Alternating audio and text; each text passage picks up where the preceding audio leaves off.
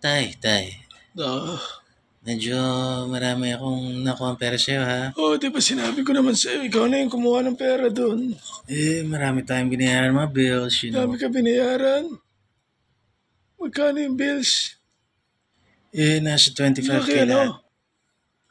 Bali 25 lahat. Tapos, 100,000 binayad ko sa tuition ni 100,000. Bonbon. Tuition. Mahal pala ng tuition ni Bonbon ano?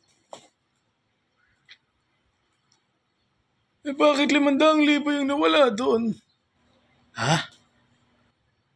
100 plus 25 is 125.